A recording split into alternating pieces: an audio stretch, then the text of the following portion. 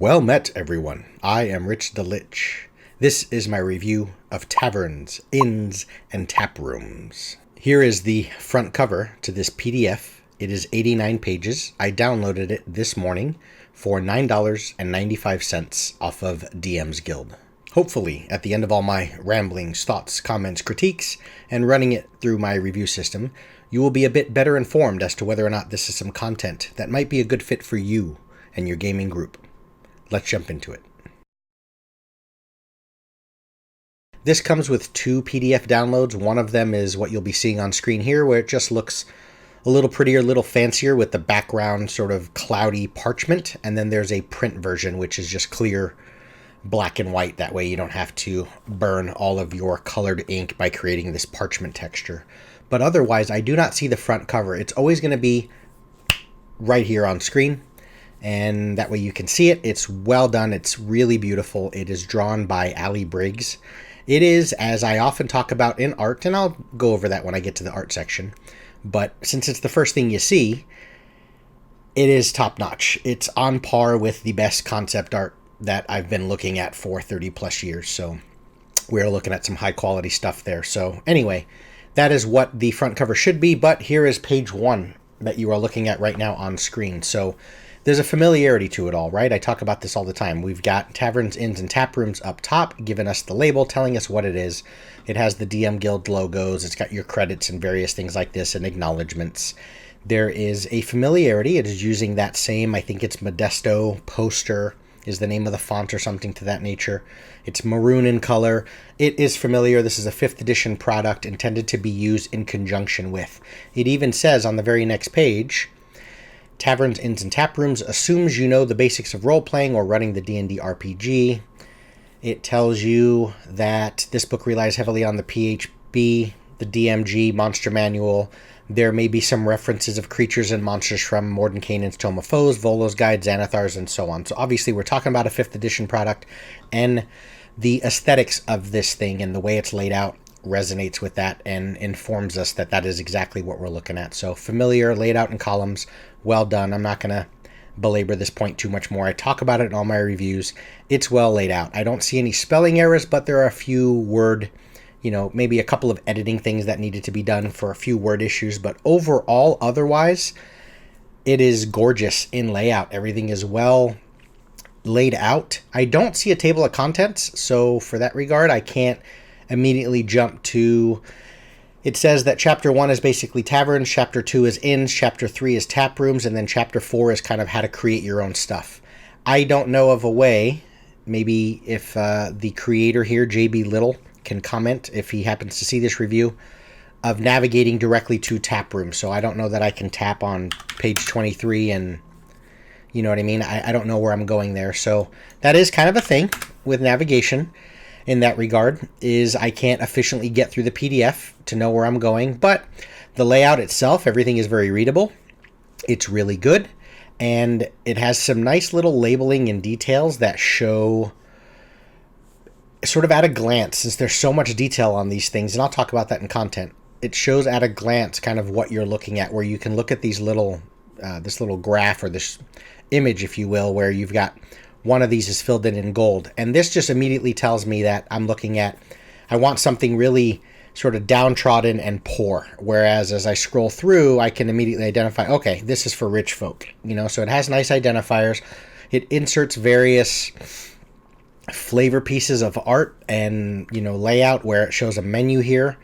This is a beautiful touch. Instead of having a big heading, when I see this little sidebar here where it says the Big Bone Cookery, I know that when I'm right here reading about the Big Bone Cookery, as I scroll through, each subsequent page will remind me that I'm still here in that same section. So I know that I'm still talking about the same thing. So that's a really nice touch layout-wise. Obviously, we're talking about taverns and inns and places where you can get food and drink and such, things like that. So it's really well laid out when it comes to this stuff with these tables. So I can easily pick apart and identify. And these are things that can be used even beyond just your within the confines of these specific taverns and inns. I can just pull this apart and just use this for my own place, but it's nice to just have a nice little reference tavern, or I mean a reference chart and table that I can just refer to if I want to just say that, my PCs are able to eat this for dinner and eat this for dessert and whatnot. So the tables are really well laid out. I like when it's little bits that you can hand out to your players, almost like a menu, little handouts. They're on their own separate pages. And even within this fancy document, which has the backgrounds, like I said, it's not the printer-friendly version. When you get into these, it does have these laid out like that, so you're not just killing ink. So everything laid out-wise, it's top-notch. It looks really good, but navigation-wise, I think there needs to be something there for that, because that's the efficiency of a PDF, is being able to get through where I want to. So in that regard, I'm going to give layout, design, and editing 1 out of 2 possible points. So there's no point in kind of scrolling to the top. As I said, I don't have a piece of art staring at me here. I don't know what happened with that, but it's going to be present on screen at all times. That's what the front cover looks like. It is outstanding. And the little pieces where art is interjected throughout are world class. It's as good as you can get. I don't know that I expect a ton of art anyway. Maybe a map, a Dyson Logos-esque type of thing where you just have the layout of what the tavern might look like in case things go down within the tavern. I've got a good layout on how far across the floor is. It does an amazingly good job of explaining things and describing the physicality of a place and what you see, what you smell, and so on. But seeing some maps for each of these locations would have been really, really cool. But it's not a big issue here. You've got little bits of artwork when it talks about certain NPCs, like this guy is one of the big NPCs for a quest. There's a really cool piece of artwork there. This is more of a layout thing, but there's an aesthetic aspect here to the way that this is presented. It's giving us an immediately identifiable box and confined area to convey information that I might want to kind of cross-reference very quickly. So this is a really nice touch where it shows what the menu might look like. It's a poorer place inhabited by, the ex-crew of a ship, and it looks like this thing was scrawled in that sort of, handwriting, very loosely. And then when you get down into someplace a little fancier, here you have a much fancier menu. So where the little pieces of art are, this is, I don't want to spoil anything for you, but this place, and here's where that layout comes in. See, the Big Bone Cookery, as I know what I'm talking about here. The Big Bone Cookery has a quest line and some background and history about devils and succubus and whatnot. So that's why the art is appropriate. So, as I said, the art, where it is, it's appropriate. We know that this female here is, we're talking about Amrita. And then when we look at the mall that the manager, or whoever it is, one of the folks here, carries this mall, that's what it looks like.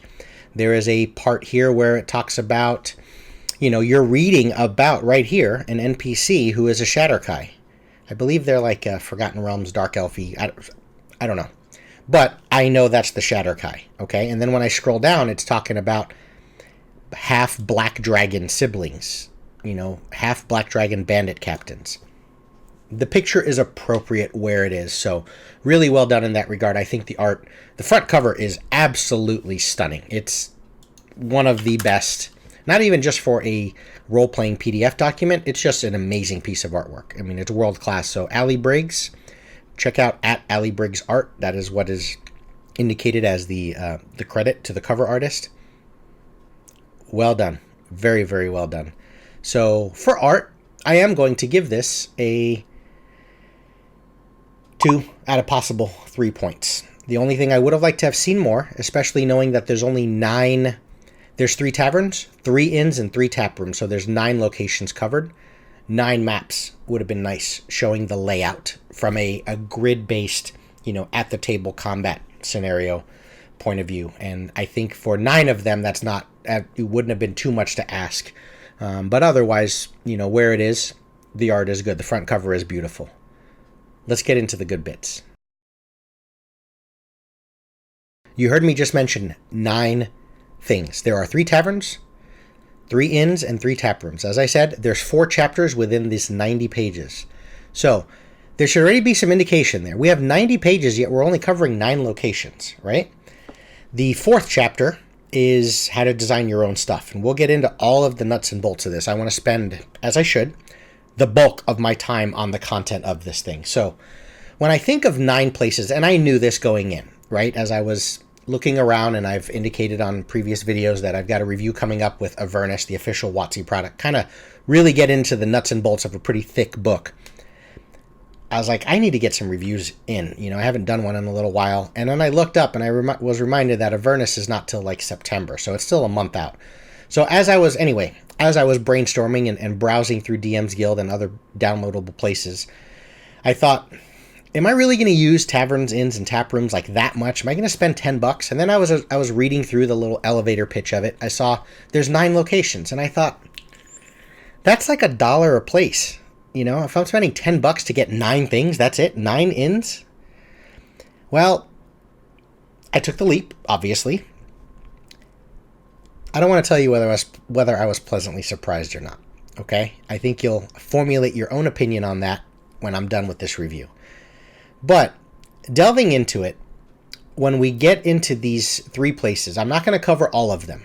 We've got 90 pages of content. Yes, Chapter 4 is all about creating stuff, and there's a good half dozen to a dozen pages there, but you're looking at 75, 80 pages to cover 9 places. What that tells me, and should tell you, each of these 9 places has about 10 pages of treatment. 10 full. And that's an introduction, but take a look at this. This is the Shouting Sail Tavern. There's page 2. There's page 3. We're not talking about massive gobs of boxes and various things and insane spacing to try and fill up space. No, folks, we are talking about some real meat here. No pun intended. There is a lot on these pages. Okay, I'm not going to cover all of them. I'm just going to talk through the Shouting Sail Tavern and give you the gist of what's here. Again, there are 3 taverns, there are 3 inns, and there are 3 tap rooms that are covered. That's chapters 1, 2, and 3. Chapter 4 has a bunch of information on how to make your own using the inspiration and sort of the flow and the vibe of how they made these places compelling, how to go about and do that for yourself, or maybe some things to interject into these if you want to wrangle and twist some things around, okay? There are some other sort of paragraph-sized extra locations that are offered at the back of the book, which I'll show you in a little bit, but for the most part, what you're getting is these various locations that are, as I said, taverns, inns, and taprooms, and each begins with, of course, the name of it. It gives you a quick little heading and a sort of a sidebar, just like I said, where it has that picture showing cost, so that at a glance very quickly, as I'm scrolling through for taverns, I can identify, all right, the PCs know that they're heading into a region that I've been explaining to them is sort of downtrodden. You know, there's a lot of beggars in the streets. You would want to have some consistency when you say, hey, you walk into this tavern. You don't want it to look like something that would be in Beverly Hills, right? So you can quickly identify, okay, there's some place that's poor. Food quality is poor. The lodging is poor, but there's a lot of it, and the atmosphere is rowdy. That's why there's 1 gold thing filled out of 5. Okay, as I scroll through, there's 1. Well, there's 1 that has 4 in it. That's pretty high society, wealthy. Here's another one, high society, right? But I can quickly identify. So it has these nice little layouts that kind of give you the gist of a place very quickly. They all do that. It gives you this, like I said, it gives you atmosphere, lodging, entertainment. So if I want to use a place, but maybe my PCs don't want to sleep there, or they don't want to spend more than, 1 night at most there, but they're looking for other bards, I can quickly identify whether these type of things are available at such a place. It does indicate what the sort of 3 differences are. Taverns are generally places where, for the public, that you can find a little bit of everything. Maybe a night or 2 of stay, you can find some food, you can find some drink. An inn is a place where generally you're looking to stay longer, a hotel concept, right? Where you may not possibly even find any food or drink at all there, other than maybe some water and some bread or something like this. Generally, the inns are places where you're going to be staying, so what kind of accommodations for sleeping are there? And then the tap rooms don't have any food at all, or I think sometimes they'll have some food. They don't have any place to sleep overnight. Their place is mainly to just drink, right? So that's what those sort of 3 different sections are. I'm going to go over just one, the Shouting Sail Tavern. and know with confidence, I've gone through them all. Everything that this has, the exhaustive level of detail that they've gone over to show you this much stuff, is in all 9 of these places. Okay? And when we break it down, as I said a moment ago, you've got 9 places for about $10. Yes, there's more. There's some magic items in the back and some extra places, and then there's the little charts, which are brilliant, that help you create your own places. But the nuts and bolts of this are 9 places for $10. We're looking at a bit over $1 is what I spent to get the information on the Shouting Sail Tavern. I spent just about a bit over $1 for the information on the Big Bone Cookery. What do you do with $1? Right? Think of your entertainment value when you go to the movies or you buy a video game. How much content, how many hours of gameplay are you getting in Witcher 3 versus a game that offers 8 hours of content for the same $60 price, right? Even though I look at it and I break it down that way, I spend $9 to $10 for 9 to 10 places at $1 a piece. Each of these places, to me at least, and just sort of the way my mind brainstorms as a DM, I think offer minimum one full night of gameplay, possibly upwards of 2 or 3. So on average, I'm looking at 8 to 12 hours of gameplay for one place. That's 8 to 12 hours of entertainment, 8 to 12 hours of just fun stuff at your table for about $1. That's what you're getting here. And as I said, I'll go over this one, but everything is given the same level of detail and treatment. You have this chart, quick indicator. It then has a background. It talks about, in a bunch of detail, what this place, why it looks the way it looks, or it gives you the descriptor. In this particular one, the Shouting Sail Tavern, we're looking at the one that's here on the front cover. It talks about that. It talks about sort of who's in charge, who's the innkeeper, who are the main NPCs involved. It breaks them down and gives you references on what their alignment is, sex, what their race is. Also, it says here, Swashbuckler from Vola's Guide to Monsters. When it's a bandit or something from the Monster Manual. It points you into the exact direction of what book to look into to get those exact stats for that NPC, for every single one. It talks about how the captain himself is an expert. He's a renowned Mumbledy-Peg player. What the hell is that? It went to the level of detail of giving me an entire sidebar of this newly created game. There's content right there in and of itself. Very often, if I was to back up a moment, and this was kind of the catalyst of why I was a little on the fence of like, do I really need Taverns, Inns, and Taprooms? Am I going to pay $10 for this, out of my pocket? But especially playing as old as I have been, 30 years, the tavern, the inn, was always how the session started, right? It's always how the adventure or the campaign started. You all meet at an inn. Why is that always such a, sort of tried and true? It's a stereotype. It's whatever you want to call it, trope, whatever it might be. Why is that always the way that a group of adventurers meet? Well, first and foremost, you've got a bunch of characters that may come from diverse backgrounds and different personalities and ways of playing, that it's the way to immediately get the group together and hand out the mission or quest to them without spending the first 2-3 hours just wrangling in PCs that are coming from the south and the north, and you know what I mean? It just is a quick way to meet them up. But often, taverns and such are throwaways. They're things that you just kind of, you meet there, you meet some shifty Strider-looking dude who's got a hooded cloak in the back corner, you talk with him for a few, and you got some role-play stuff, and then you move on, and but in the meantime, you may have a bard in the group, or an elf that fancies wines, and inevitably, that player is going to ask, hey, do they have any really fancy wines here?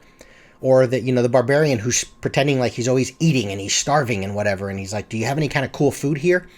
You often don't have a lot to pull from. You're kind of like, yeah, they've got, stew and mutton and some game bird and whatever, and they give you beer and ale. Here, it gives you so much more to latch onto that whole beginning intro of you meet in a tavern. But they have their own level of depth to provide further gameplay beyond that. So maybe I don't have anything planned beyond you meet in the tavern, but now you meet in the Shouting Sail. And the Shouting Sail has provided me with an entire, as I said, night, if not multiple nights of gameplay and adventure. So these are almost, dare I say, all 9 of these are mini modules. Yet the title just told me taverns, taprooms, inns, and that's what I thought I was going to get. I knew I would, hopeful, of course, I wasn't going to spend $10 and just get the name of 67 places. And, you go to the Shining Flagon, and you go to the Wagon's Breath Inn, and blah, blah, blah. No, this gave me 9 adventures. For $10, why would you not want to pay $1 for an adventure? So here you can see you've got this whole layout of this mini game, and it has practical stuff like roll against an AC-10 to throw the dagger at the floor. I won't explain what it is, but just know that when it mentions a new game or this guy likes playing cards and you find this NPC playing cards with this NPC, it doesn't just say that. It shows you and gives you an entirely new laid out details of that card game. Okay? If I was to, I think it's page 18, there's this female here. It talks about she has a different spell list from that of the transmuter, because that's what she is, right? Again, you reference her. These are where her stats are in Volo's Guide to Monsters. But it says, Amrita has a different spell list from that of a transmuter in Volo's Guide. It could have easily, in many other documents, it could have easily just said she has a different spell list. She's the transmuter, but her spell list is different. No, the designer here, the creator, went through the pains on the very next page of giving you her whole new spell list. This might be just a throwaway NPC, important and integral to the Taste of Fire Inn or a tavern, but to give you that level of detail is it's more fuel for the dungeon master, and it immediately provides you with a good base if you want to take things further. And that is the strength in all of these things. You've got background. You have NPCs. It talks about the background, so it doesn't just give you the NPC and, hey, look to this book for the stats. It gives you the background on NPCs. It now delves into, I see this as kind of like the rumors and superstitions of the place, where it's not directly handing you a quest yet, but it's giving you enough background for the individuals and the interesting NPCs that are here, which like in this whole section, that as a DM, I can easily start brainstorming and say, you know what, I think there's a quest there. But then, of course, it takes it one step further, and it talks about actual quest. Here's a full-blown quest. And as I said, this may not be something that you can tackle. It isn't just as simple as, I call it World of Warcraft. Go and retrieve 10 pelts for me, or go and kill this thing and let me know when you're done. No, some of these things are quite involved, where they may require skill checks and skill challenges, investigative work. These are things that eat up gameplay time. I always talk about, when it talks about content in any given thing that I'm going to review or that I purchase, does it provide actual tangible things I can take to the table to get me through a night of gameplay or more? Does it provide something I can actually use right now? And if it doesn't provide a lot of that, or maybe it gives me a little bit of both, does it at least provide me with inspiration that I can run with it and create my own stuff as it fits my gaming group and my table and my campaign? Here, it's giving you quests, and they can go very deep and very broad, where you have to investigate and spend hours of gameplay first. And then maybe the climactic battle might not be till later, but then maybe the session after that, now we're talking about 2-3 sessions in, is where you come back and you report in what happened. And are there any hooks and adventures that lead on from there? Just the way I'm talking about this stuff, it sounds like I'm talking about more than just a tavern called the Shouting Sail. And the other strength in this is, these are things that are so often overlooked that I think this is a welcoming thing into the DM and Dungeons & Dragons space, because very often taverns, inns, taprooms, places to just get something to eat or drink, or a meeting place for the group, is often overlooked, that these aren't sort of dime a dozen where you can find this stuff everywhere. You know what I mean? There's always adventures on Goblin Warrens. You can find enough adventures on some sort of small humanoid location, because it naturally speaks to adventure. You're going to go in, you're going to roll some dice, what's there? A tavern doesn't naturally indicate to us that we've got 11 pages of content here. But they've done that. They've done all that legwork for you, and it's just outstanding. In this Shouting Sail, it talks about the rooms and amenities. It talks about, again, little things I can take to the table where I can say, Someone, I have this important tome that I need to keep, but yet I need to leave the tavern. Is there any place to leave it? Instead of just the throwaway of, well, yeah, I guess you keep it safe here. No, it specifically says each room has a heavy wooden chest with an iron padlock, renting it for 5 silver. It didn't have to tell me the cost, but by offering that to me, I don't have to think about the cost, yet it feels like it all is cohesive and it all makes sense. Like I've thought of this ahead of time, and I've put this level of detail in. And it's just absolutely brilliantly done. Night peddlers, crewmen that walk around, kind of like you would see in certain countries where they're walking around with their bags of oranges trying to sell you something at all times. You've got folks here with buckets of scalding hot water and bars of soap selling it to you. And then they have these sashes around their waist with bells that jingle at night when you're trying to sleep. During daytime, they're just shouting out, like, what is it? Hawking at a baseball stadium or something like that. But just that little bit there, it's just people selling soap and buckets of water. Yet you have a whole paragraph.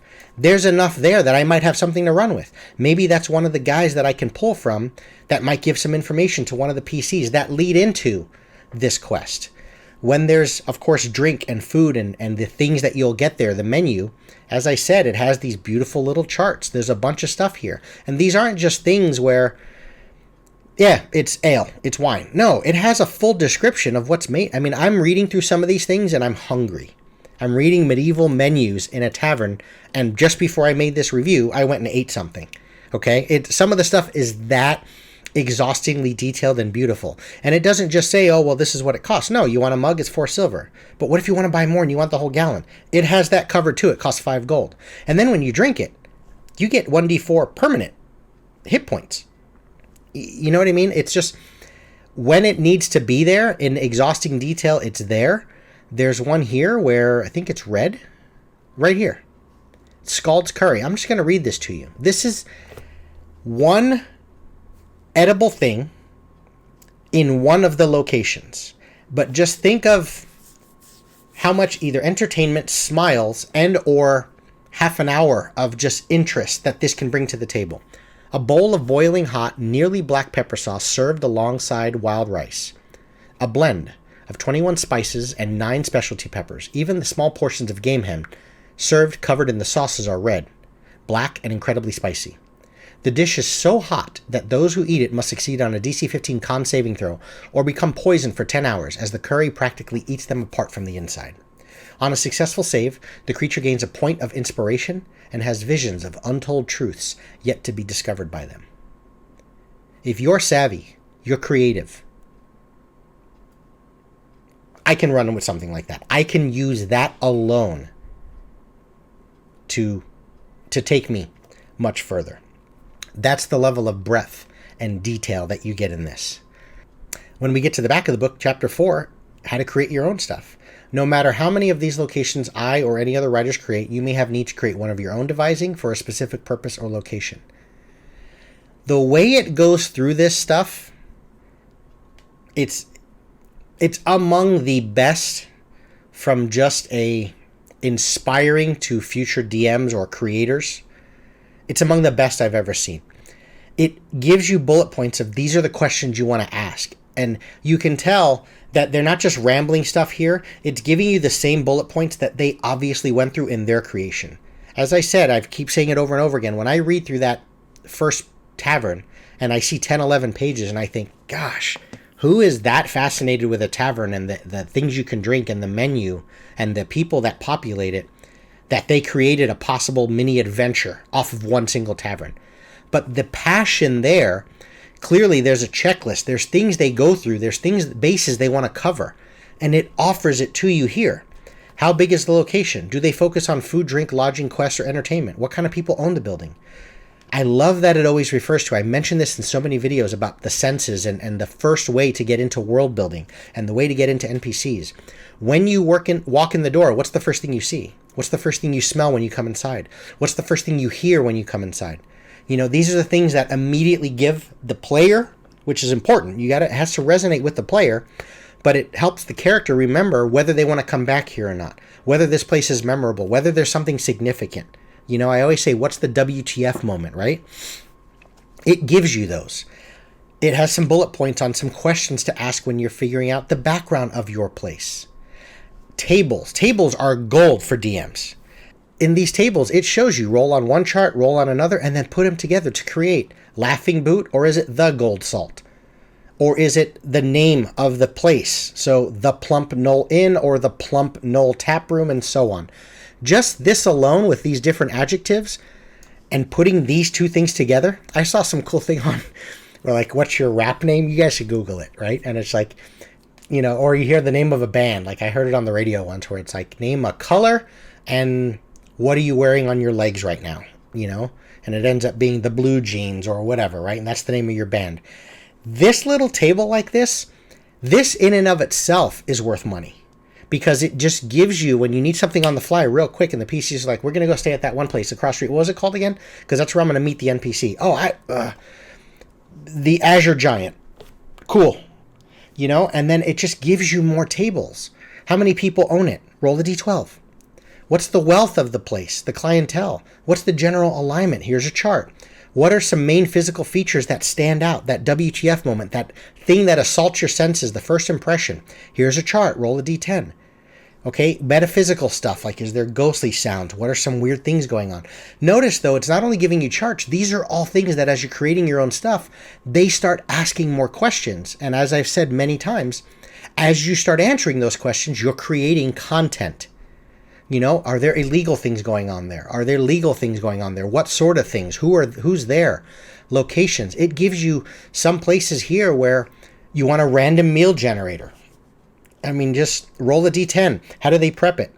Do they braise it? Do they boil it? Or do they fry it? What do they boil? Well, I'll roll a primary and secondary. They boil mushrooms and cheese together. Or they fry beans with yam. And then it's spiced with clove, and it comes with a side of rice. You know what I mean? It's like it's simple, but yet it's a chart that just gives you content, you know, and it helps your mind get away from having to calculate something or build some consistency to make sure that things make sense of, well, that sounds really fancy, yet you told me that this place is, you know, downtrodden and all they have is bread and cheese. It gives you things that you don't have to think about, but I can pull from very, very quickly.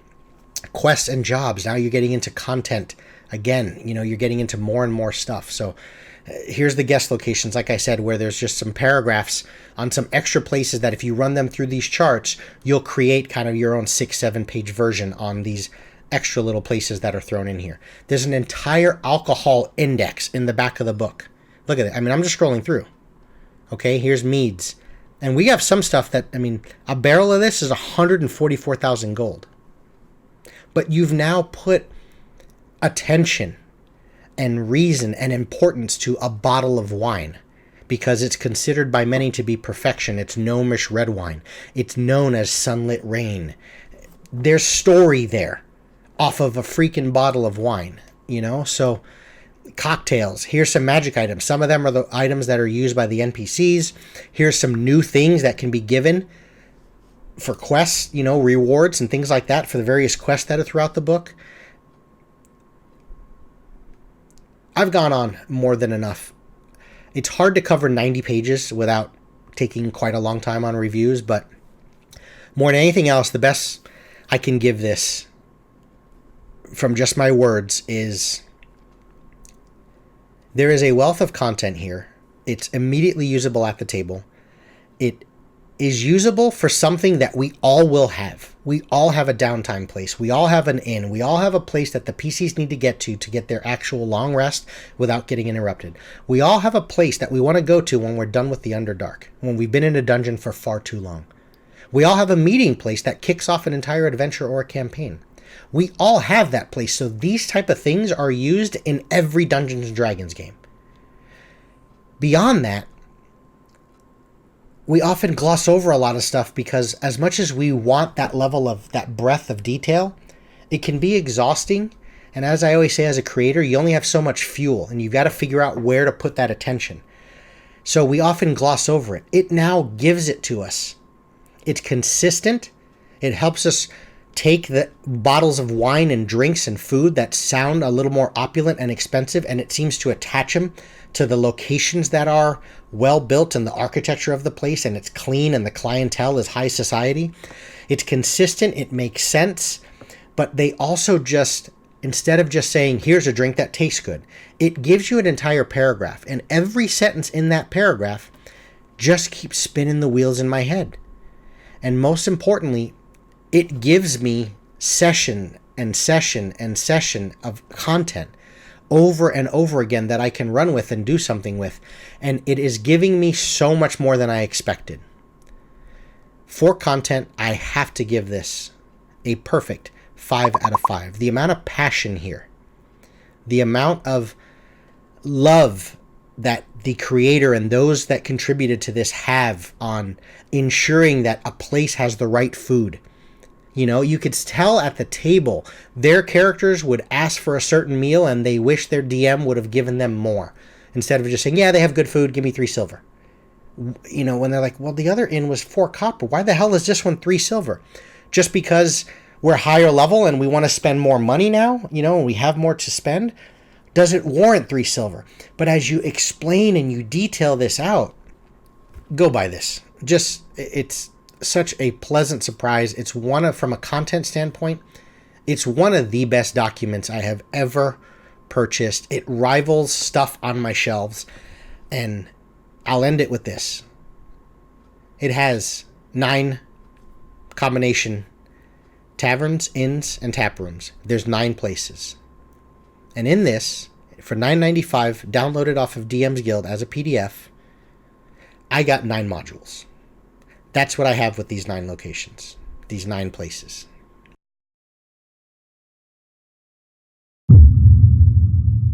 That's all I have for you folks. Thanks everyone for watching, and take care.